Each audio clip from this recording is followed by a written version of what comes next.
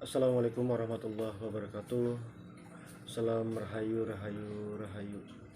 Salam hormat, salam sejahtera.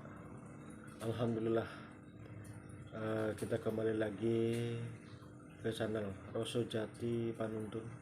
Mudah-mudahan senantiasa channel kami bisa bermakna dan bermanfaat untuk bagi orang yang melihat dan yang berkesan, ataupun tentunya yang menengok channel kami bisa merasa senang, hiburan ataupun sejarah ataupun silaturahmi yang akan mengukas apapun itu. Tentunya alhamdulillah di sore hari ini akan sebuah kedatangan saudara kita juga dari kerajaan atau keturunan atau trah ataupun daripada, yaitu yang mempunyai sebuah gelar. Alhamdulillah, nanti kita kupas apa saja, dan tentunya dengan sore hari ini juga alhamdulillah kita kedatangan saudara kita yang jauh, yaitu ada perwakilan dari Aceh atau Sumatera, dan ada dari Jawa Barat, dan ada dari Jakarta juga, dan ada Kalimantan. Alhamdulillah, mudah-mudahan kita bisa bermanfaat. Tentunya mari kita sama-sama mendengarkan dengan hasil daripada silaturahmi. Yang mulia Paduka Sri Maharaja Raja Prabu Suwarna Bumi Putri Budi Langgabau. Kalau baca panjang, kalau yang lebih singkatnya itu kalau bahasa Filipina itu angku. Nah, karena di sini nggak lazim dipanggil angku karena angku itu setaranya eyang. Jadi kalau supaya lebih gampang dihafal itu yang Prabu.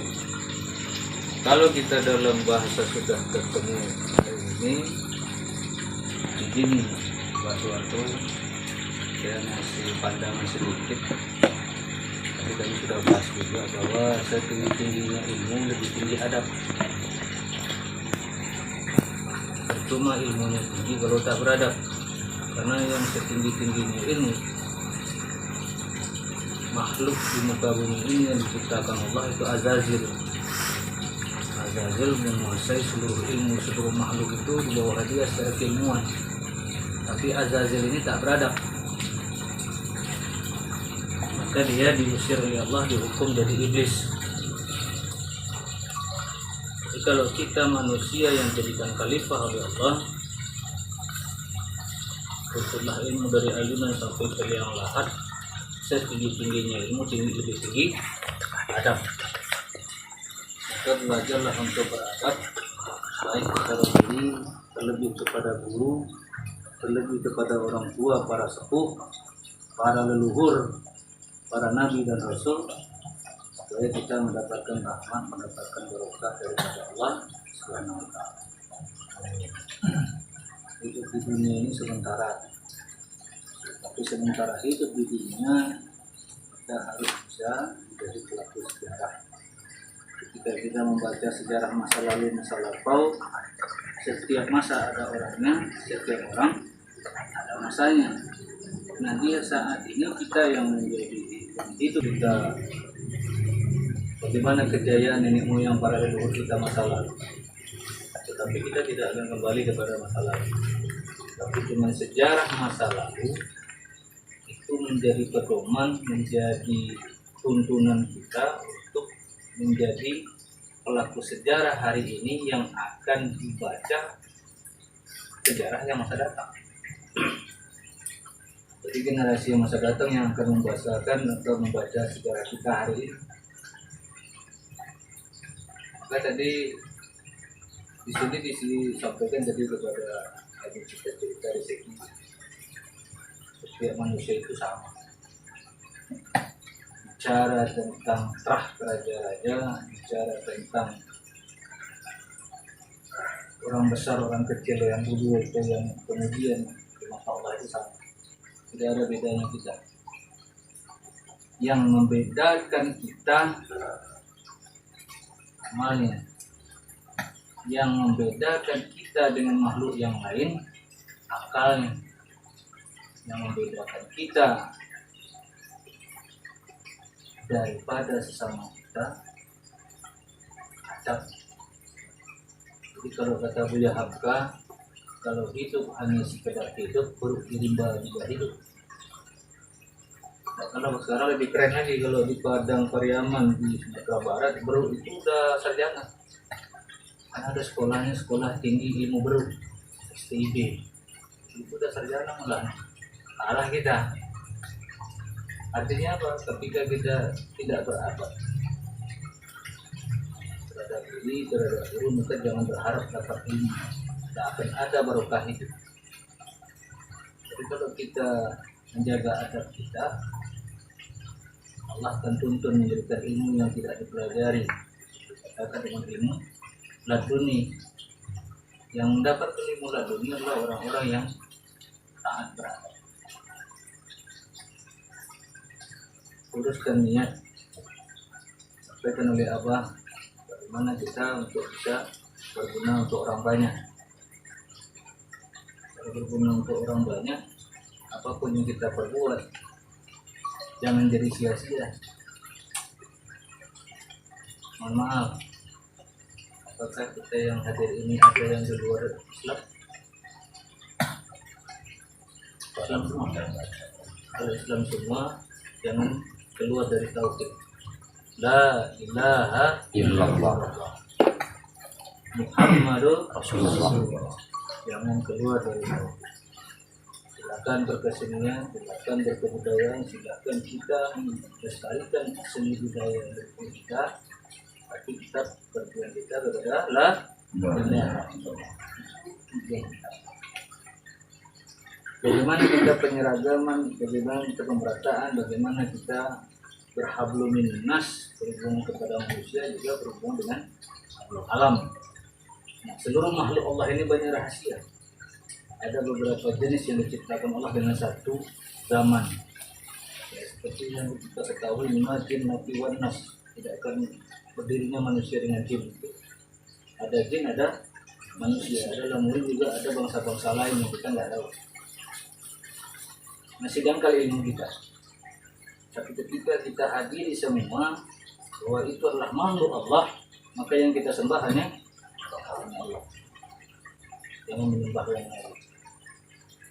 Lakukan tauhid itu, minta kepada Allah, jaga silaturahmi dengan seluruh makhluk. Dia dicontohkan oleh Nabi Sulaiman. Bagaimana Nabi Sulaiman itu berurusan dengan seluruh makhluk, dengan jin, dengan segala makhluk, dengan hewan, dengan bisa berbahasa dengan alam. Jadi kalau bagi kita, karena kita diberi keyakinan dan keimanan untuk percaya kepada Nabi dan Rasul, maka jaga silaturahmi. Tetapi yang hanya disembah hanya itu yang utamanya dulu. Yang kemudian tidak akan ada dapat kelebihan rezeki dan hidayah kalau kita nggak jaga adab. Jadi saya perhatikan dari awal masuk, ada yang lupa cara beradab. Apalagi kalau kata seperti beliau, Basuhato tidak ada seorang guru, tidak ada seorang tua, beliau juga terang yang selama ini tersembunyi dan beliau memang menyembunyikan. Maka bagi kita sebagai anak-anak beliau, sebagai murid beliau, harus pandai membedakan adab. Jika Allah memberikan kelebihan dan suatu saat nanti pasti akan ada mendapatkan itu.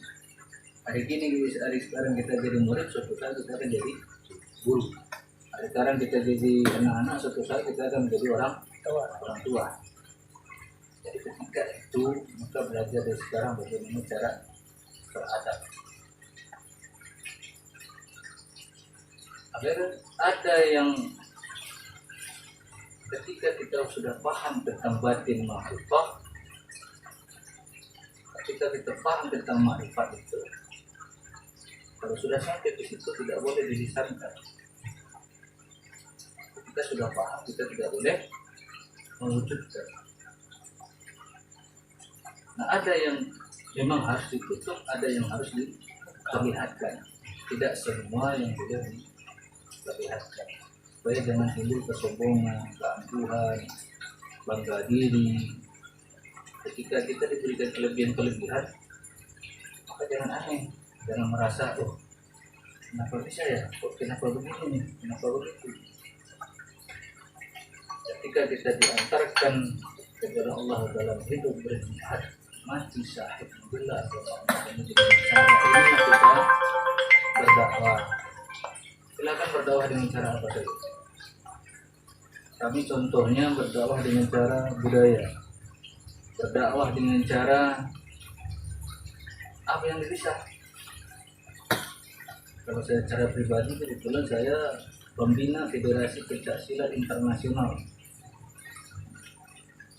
Artinya apa? Berdakwah dengan secara ilmuwan bela diri.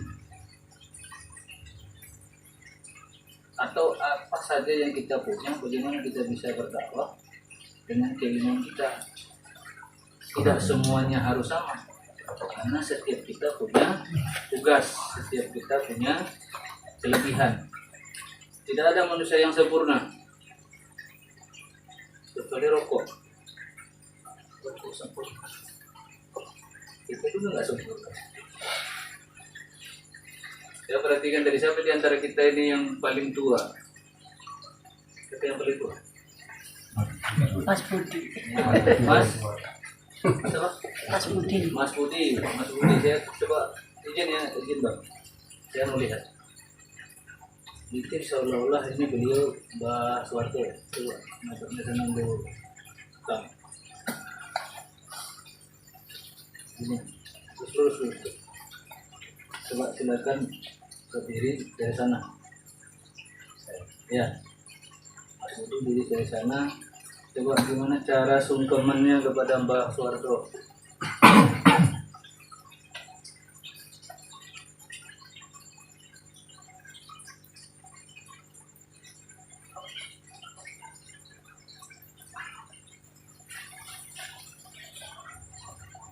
Belum pas. Kalau kita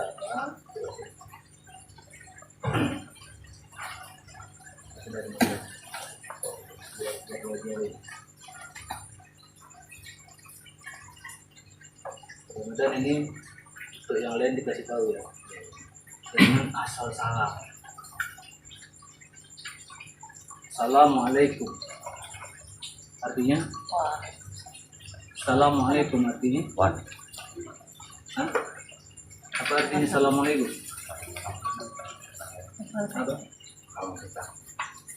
Rahayu artinya salam artinya selamat. Kalau selamat itu kita memberi salam dengan keselamatan. Kalau guru gimana dengan salam? Kalau guru artinya guru ini berkahnya ya. Ini sudah baru ditutup. Sudah harus duduknya begitu, jangan sambil nungging. Paham ya? Jadi ini yang akan dapat berkah guru. Ini baru kita bawa ke dada. Itu kalau orang tradisi. Kalau di pesantren malah idinya dicium, ininya dibalik. Dicium balik itu kalau pesantren. iya. Tapi kalau kita orang apa istilahnya orang kedaton lah atau orang tradisi, ini barokah bu. Nah, makanya harus begitu, jangan sambil berdiri. Itu pernah terjadi dari Malaysia, pertemuan seluruh pendekar. Ini para raja-raja dulu. Jadi kalau yang seperti tadi salam sambil nungging, setak itu, saya langsung lepas engsel tangan itu, langsung lepas. Kenapa? Karena yang dulu para raja. Jangan lebih tinggi pantat kita daripada kepala raja, apalagi kepala dulu. Ini kan kadang-kadang kita kepada kerajaan, kan harus mundur dulu tuh, ya kan? Kalau di bawaan keraton ada sumber dulu. Nah itu ada, tapi tidak pula harus begitu karena kita tidak dalam keadaan kondisi di keraton. Tetapi jadikan sikap kita menghormati, memuliakan guru. Karena begini, kalau melihat pinter tinggi dan mulianya seorang guru akan dilihat pada murid. Kalau muridnya tak beradab, pastikan gurunya kurang adab. Padahal guru udah ngajari adab nih, anak muridnya lupa. Banyak. Ya. Nah kalau guru udah nggak kita muliakan, siapa lagi yang mau muliakan? Orang tua kita tidak kita muliakan, siapa lagi yang memuliakan orang tua kita? Paham ya? Muliakan guru, maka diri kita mulia. Coba bayangkan, anak murid saya, coba kalau secara umum tua beliau dari saya, tapi kan anak murid, kalau umurnya 80, tetap jaga adab, fotografi. Jadi yang namanya guru dengan murid bukan karena itu kan karena sendiri. Allah mendidik sedikit setiap manusia itu karena ilmu. Jadi saya memperhatikan ini, mudah-mudahan ada rezeki diberikan Allah. Amin. Akan lebih besar ini nanti. Amin. Tetapi kita sebagai yang terdahulu harus jadi contoh juga tuh.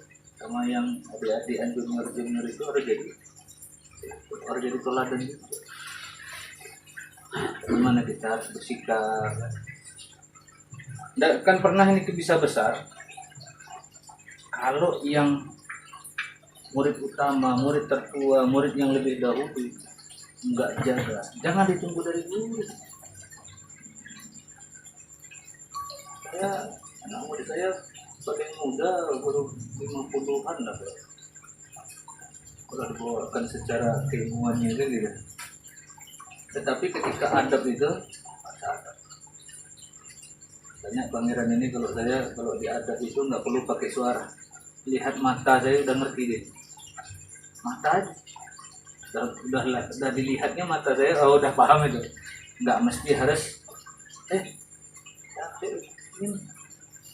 Nah itu yang harus dilatih dulu. Gunanya apa? Kalau kita sudah membesarkan, jaga adab, kasih orang kelihatan. Di situ letak kemuliaan itu, di situ letaknya tingginya ilmu kita, karena setinggi-tinggi ilmu lebih tinggi. Kalau Dimas, jadi nggak usah apa namanya. Ilmu itu bukan persoalan hebat tidak hebat. Kalau kita pakai kendaraan, ada kendaraannya baru, tapi jelas sepeda motor. Sepeda motor yang paling mahal apa? Harley Davidson kita begini. Harley Davidson. Tapi kalau ilmunya nggak ada, bisa nggak bawa Harley? Nggak usah, baru nginkulnya aja, baru start aja udah jatuh, belum jalan. Kenapa? Karena nggak ada ilmu. Tapi pakai odong-odong, lampunya nggak ada, apanya nggak ada, udah nggak ada, cuman ada stang sama apanya aja yang ada. Tapi karena ada ilmunya, bisa nggak jalan? Bisa. Berarti jangan tergantung pada alat. Bukan karena alat. Apa alat dalam diri kita? Nafsu. Nafsu itu alat. Maunya besar, maunya kecil, maunya itu nafsu deh. Apa nafsunya? Belajar sama Mbah Suwarto 1 malam, besok udah jadi jawara. Kacau juga itu. 1 malam belajar langsung ke langit ya. Harus ada proses. Rasulullah Muhammad SAW ketika Nabi Adam diciptakan, baru saja jadi manusia, yang dilihat sudah namamu Muhammad. Muhammad ini tadi mana-mana, tapi sudah lihat tulisannya Allahmu Muhammad. Nah begitu sudah jadi manusia, yang namanya Nabi Muhammad, perang enggak? bertahu dengan Allah, malaikat kiri kanan, Isra Mi'raj, ketemu dengan para nabi. Waktu para nabi itu udah meninggal atau masih hidup? Hah? Udah meninggal. Rasulullah waktu Isra Mi'raj hidup atau udah meninggal? Masih hidup. Artinya apa? Manusia mati secara jasad tapi tidak mati. Jadi kalau ada yang bilang kita yang bicara dengan leluhur itu syirik, ya berarti dia nggak cukup ilmu. Kita bicara dengan leluhur, sedangkan Rasulullah bicara leluhur nggak? Apa nggak leluhur Rasulullah? Nabi Musa, Nabi Ibrahim, setiap para langit pertama dengan Nabi apa? Nabi Adam. Leluhurnya nggak? Leluhur. Udah meninggal, udah masih hidup? Udah meninggal. Tapi bisa nggak Rasulullah berkomunikasi? Bisa. Nah, ketika kita bicara dengan leluhur, ada yang bilang syirik, bilang itu bid'ah, berarti dia nggak sampai. Itu nggak usah bantah-bantah. Nggak usah ribut, udah begitu. Amaluna wa amal, udah amalmu tuh. Kenapa? Karena kita yakin Isra Mi'raj ada bicara dengan leluhur. Masa kita nggak bisa bicara dengan leluhur kita? Iya nggak? Ada nggak orang tua udah meninggal? Pernah nggak komunikasi dengan orang tua? Pas sudah meninggal. Iya. Coba. Coba. Sedangkan ya kalau kita bicara ayat nggak bicara ayat, nggak usah kita bicara ayat dah.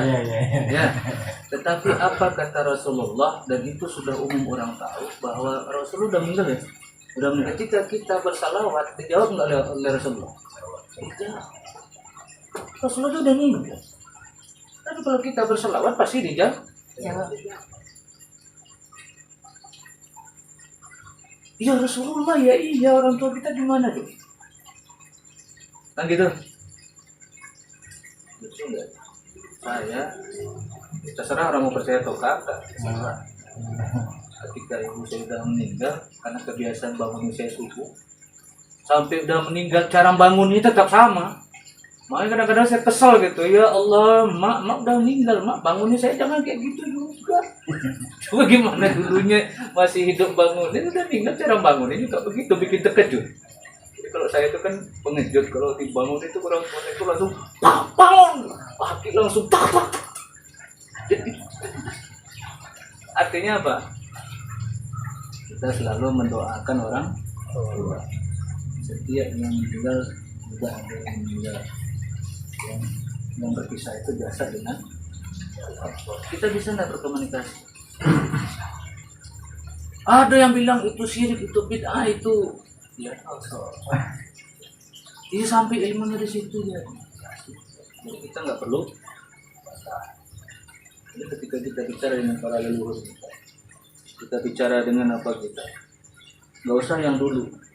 Sekarang pakai Android nggak atau pakai HP? Android. Pakai HP semua. Ada yang nggak bisa pakai HP? Mas pakai? Pakai ya? Pakai kan? Ini ada kabel nggak? Bisa video call? Nampak orangnya? Itu gaib nyata? Bid'ah! Nggak ada kabelnya, zaman Rasulullah dulu nggak ada. Kata kita kan zaman Rasulullah itu nggak ada yang pakai HP, tapi bisa nggak ketemu langsung? Karena naik pesawat, belum ada pesawat. Rasulullah aja naik Isra Mi'raj, pesawatnya apa? Burung. Canggih lagi. Persekian kecepatan itu. Nggak pakai helm, nggak pakai apa. Ya kan? Sampai. Percaya nggak? Wajib percaya. Nah begitu ada teknologi kok malah bid'ah. Artinya apa? Sampai situ ilmunya nggak usah berbantah-bantah. Yang dijaga tadi apa? Jaga agama, jaga ilmu kita, jaga paham kita. Yang paham kita apa? Minta hanya kepada Allah. Tapi ketika saya minta tolong, Mas Budi tolong saya ya, syirik nggak saya itu? Yang ada juga yang syirik, minta hanya kepada Allah, jangan minta sama Mas Budi gitu. Saya minta tolong kok malah jadi dia minta tolong hanya kepada Allah, terus kepada yang lain nggak boleh minta. Jadi maksudnya minta yang gimana nih? Gimana cara minta? Ya kan? Minta tolonglah apa? Ini mobil apa? Wah udah sirik saya ini. Karena minta tolong saling kepada Allah. apa begitu maksudnya? Apa begitu maksudnya? Ini namanya hablum minan.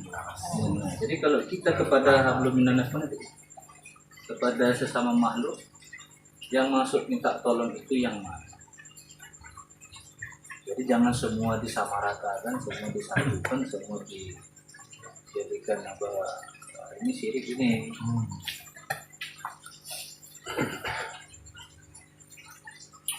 Dalam jajaran yang dinamakan gambar ini syirik ini bid'ah ini. Udah kejadian juga Pak. Benar. Tidak. Jadi Pak Ustadz sudah saya berhadapan. Ya, kan? Jadi sampai mengatakan malaikat itu tidak menggunakan kalau ada sebuah seperti itu, foto-foto seperti itu, waktu dari aduh ya, jadi saya pernah celaka. Terus tolong jangan diulangi lagi, alhamdulillah. Di masjid juga. Dan tantangan daripada saya pribadi juga yang bersifat dan juga melestarikan budaya budaya istiadat sebuah Islam, tata cara, akhlak, perilaku, anggah unggu sopan santun juga. Alhamdulillah kami sudah katakan, dan juga tantangan juga saya di sini luar biasa. Di sini luar biasanya NU Nahdlatul Ulama Ahlus Sunnah wal Jamaah bergabung, dan di sini adalah banyak coba salafi LDI nih. Nah di saya satu-satunya NU saya sampaikan luar biasa. Kalau ini kan seni budaya. Ada yang mengatakan Kecuali kita buat patung, ya Sembah. patung kita sembah itu salah. Kita nggak nyembah patung, ini seni. makanya saya perjelaskan manusia juga tanpa seni gimana? Ya. Contoh manusia tanpa seni, ya kan? Coba saudara aku nggak pakai baju, gimana bentuknya? Baju itu seni, ya kan? Kita bikin baju bagus, besok kita warna biru, besok warna hijau, besok kita bikin jaket kayak di masjid itu seni kita. Jadi kalimatnya apa dari bahasanya? Sembah menyembah. Itu namanya apa? Penghormat. Itu nyembah gitu. Jadi jangan disamakan menyembah itu yang dimaksud menuhankan yang bukan Tuhan. Itu yang salah. Tapi kita menghormati Tuhan kita, menghormati orang tua kita, menghormati yang lebih tua, itu penghormatan. Saya sahabat berjuang. Jadi memang itu tantangan kita. Karena begini, kenapa kita harus mempertahankan identitas leluhur? Karena leluhur kita sudah mengajarkan tata krama sopan santun. Iya. Tradisi kita mengajarkan sopan santun. Nah begitu masuk Islam, masuk agama Islam, itu malah memperkuat karena akhlak. Udah ada sopan santun yang berakhlak. Ini tinggi nggak? Jangan nanti mentang-mentang tahu agama, tapi dia malah nggak berakhlak. Kanjeng Nabi juga marah. Karena Kanjeng Nabi itu sendiri diciptakan Allah untuk memperbaiki akhlak. Nah bagi kita memahami tentang secara keilmuan, kita pahami tentang secara kebudayaan yang harus kita jaga, kita jangan menyembah selain pada. Kalau secara kebudayaan, secara kesenian itu penghormatan, itu tradisi kita, itu identitas kita. Kenapa? Nanti orang akan nanya, siapa pribumi Indonesia? Kenapa orang berani nanya? Karena yang aslinya orang Indonesia itu dari Cina, dari India, dari Arab, dari Eropa. Dia bilang itu yang jadi pribumi. Betulkah? Ya udah bantah itu di beberapa sejarah. Yang pribumi kita, itulah nenek moyang kita, para raja-raja yang ada di Nusantara. Itu yang mendirikan Indonesia, negara kita. maka wajib kita membela negara. Islam masuk ke negara kita juga dengan para leluhur, seizin para raja-raja, seiring para sepuh. Coba ceritakan di Pulau Jawa ini khususnya, ada nggak Islam itu masuk dengan perang? Sebagaimana Sunan Kalijaga membuat Semar, Bagong, Gareng, Petruk, Wayang, itu adalah seni. Bagaimana Sunan Bonang dengan seni? Maka inilah medan dakwah kita. Kalau dalam sejarahnya itu, Semar itu tidak ada dalam sejarah Hindu, sejarah Buddha. Semar adalah murni pewayangan Islam. Itu cerita tentang ma'rifat. Samara. Makanya Semar itu sebut sejatinya ma'rifat. Maka disebut Semar, sejatinya ma'rifat. Disikat dengan ini bicara begini. Mana tingkatkanlah kebudayaan kita. Nah, jadi kan ini bagaimana dia dikemas secara entertain untuk menjadi medan dakwah. Bagaimana diciptakan entertain? Apa yang harus kita jadi penampilan kita sehingga menimbulkan bagaimana saudara-saudara kita itu yang mohon maaf yang di luar muslim, yang masih ada kejawennya, yang masih ada yang lain-lain agama yang lain, untuk bisa ikuti kita. Persoalan hidayah nggak ada urusan kita. Rasulullah Muhammad SAW seandainya beliau punya kemampuan untuk memberikan hidayah, niscaya pamannya diberikan hidayah. Ternyata ditegur Allah, "Hei Muhammad, itu urusan." Kenapa urusan hidayah urusan Allah? Jadi ketika kita sudah diberikan hidayah oleh Allah, jaga itu. Maka jangan mengkafir-kafirkan orang. Kalau kita nggak sampai itu. Alhamdulillah, tentunya demikian yang bisa saya sampaikan. Kurang lebihnya saya minta maaf. Di dalam sebuah pertemuan ini kami mengucapkan ribuan terima kasih atas memberikan tausiah ataupun nasihat saran kepada kami dan saya pribadi, dan terutama kepada anak-anak kami. Terima kasih. Mudah-mudahan apapun yang disampaikan, Tuhan Yang Maha Kuasa akan membalas kebaikan. Di dalam sebuah silaturahmi semoga aja bermanfaat untuk kita semua. Mudah-mudahan selalu memberikan suatu ikatan silaturahmi, menyambungkan silaturahmi, dan memberikan sebuah apapun yang hasil daripada sore sehingga sampai malam ini. Tentunya kami juga mengucapkan ribuan terima kasih adanya sebuah konten-konten kami yang kami tampilkan. Kurang daleminya saya adalah sebagai manusia biasa, nggak luput salah, hilaf dan dosa. Dan kami mengucapkan ribuan terima kasih. Dan saya akhiri, assalamualaikum warahmatullahi wabarakatuh. Salam rahayu, rahayu, rahayu.